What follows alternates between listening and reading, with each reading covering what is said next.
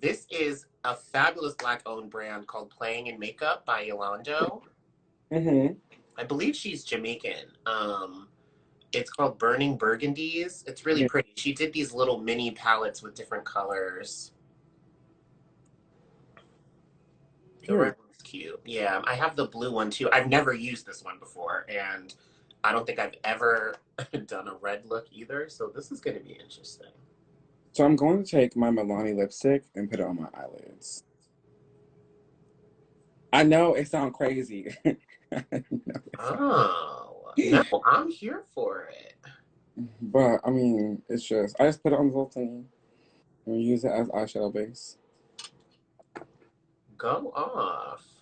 Hopefully, Miss Juvia's plays does me right today, but we'll see how it goes. What palette are you using?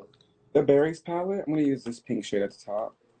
Oh, I have that one. I was going to do something pink. I I like. Mhm.